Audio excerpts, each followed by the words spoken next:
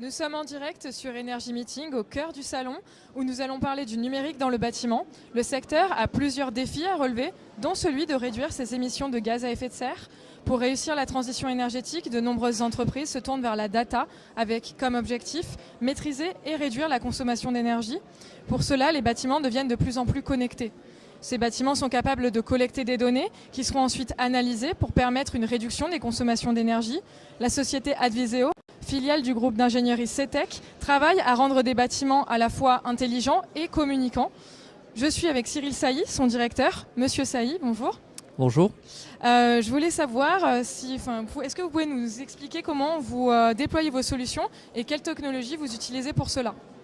Oui, donc Adviseo, c'est une société qui réalise des missions d'efficacité énergétique pour les patrimoines immobiliers.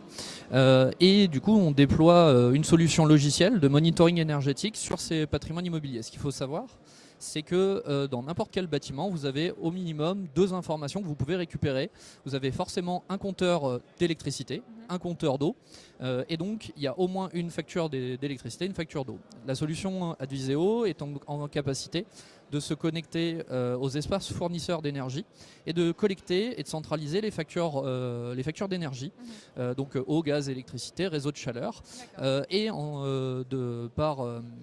de récupérer par reconnaissance digitale des caractères les informations au sein de ces factures. Donc les données de kilowattheures, de mètres cubes, mais également d'euros sonnants et trébuchants. Donc ça, c'est la première information. Ce qu'il faut savoir également, c'est que depuis de nombreuses années, en France, on a des compteurs communicants. On pense évidemment chez soi au Linky, qui permet de récupérer ce qu'on appelle la courbe de charge. Donc la consommation toutes les 10 minutes ou toutes les 30 minutes qu'il y a dans un bâtiment. Et donc du coup, la solution Adviseo, elle est capable de se connecter au distributeur d'énergie et de récupérer ces informations en temps réel et les mettre à disposition des utilisateurs. Donc ça nous donne une vision des consommations globales du bâtiment, mois par mois ou toutes les 10 minutes, mais des consommations totales. Si on va aller plus loin dans l'information, notamment de confort, d'exploitation ou des consommations par usage, typiquement l'éclairage, la bureautique, le refroidissement ou le chauffage, à ce moment-là, on a besoin d'informations supplémentaires qui peuvent être obtenues à partir de capteurs, typiquement des objets connectés qu'on est en capacité de déployer au sein des patrimoines immobiliers.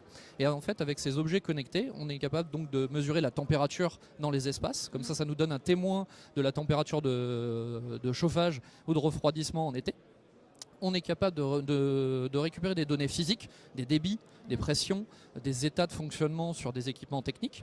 Et on est également en capacité, pour les bâtiments les plus gros ou les plus récents, de se connecter à ce qu'on appelle la GTB, la gestion technique du bâtiment, qui est donc le système d'information qui centralise les données d'exploitation du bâtiment. Et Adviseo est capable de se connecter à cette GTB et d'en aspirer les informations et de les restituer au sein d'une interface facile d'accès et qui propose du coup des optimisations, des analyses pour pouvoir justement faire de l'efficacité énergétique et faire des économies d'énergie. D'accord. Justement, par rapport à ces économies d'énergie, j'imagine évidemment que ça dépend de la taille du bâtiment et du type de bâtiment, mais quel gain d'économie on peut envisager avec votre solution et de quoi cela dépend? Alors nous, on essaie d'être réaliste sur les économies d'énergie, parce qu'on entend souvent des chiffres, je vais vous faire 15%, 30% d'économie. Nous, on essaie d'être pragmatique et de reposer un petit peu ces économies sur de la réalité. À savoir qu'aujourd'hui, un bâtiment récent, les économies qu'on peut réaliser, elles sont plutôt faibles. On va pouvoir faire peut-être 5% sans investissement, parce qu'on ne va pas investir sur un bâtiment récent, 10% éventuellement, si vraiment il est mal piloté. Sur des bâtiments plus anciens, on peut peut-être monter jusqu'à 15% sans investissement, et si on veut faire plus que 15% d'économie d'énergie, très souvent il faut mettre la main au porte-monnaie. À ce moment-là, suivant les travaux qu'on va être en capacité de réaliser, on va pouvoir faire 15, 20, 30, 50% pour des réhabilitations lourdes. Et ça, c'est au niveau du bâtiment.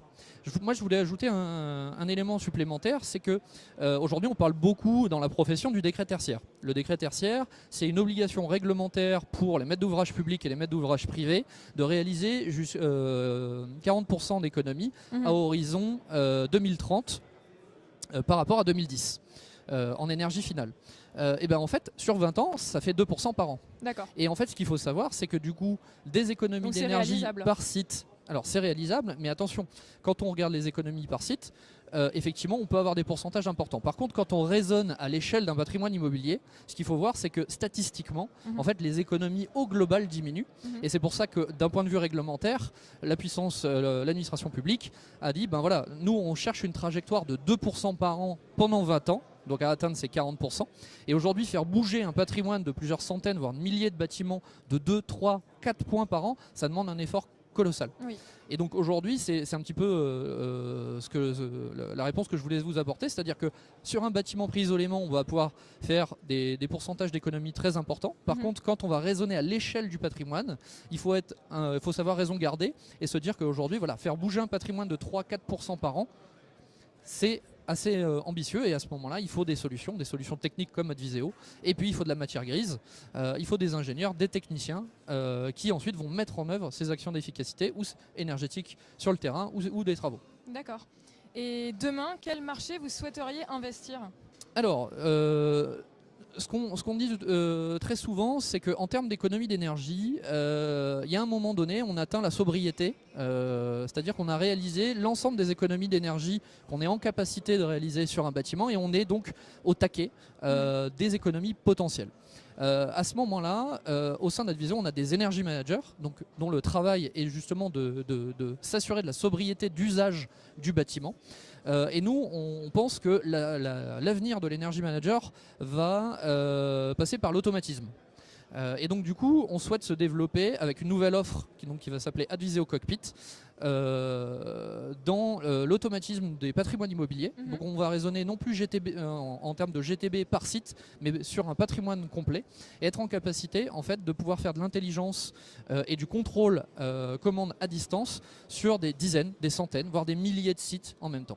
Et pour nous, ça, c'est l'avenir des problématiques d'efficacité énergétique dans les patrimoines immobiliers. Et c'est un élément important, on pense, pour pouvoir répondre aux enjeux du décret tertiaire. Pour avoir une vision globale, finalement. Exactement. Merci, Monsieur Sailly. Merci à vous.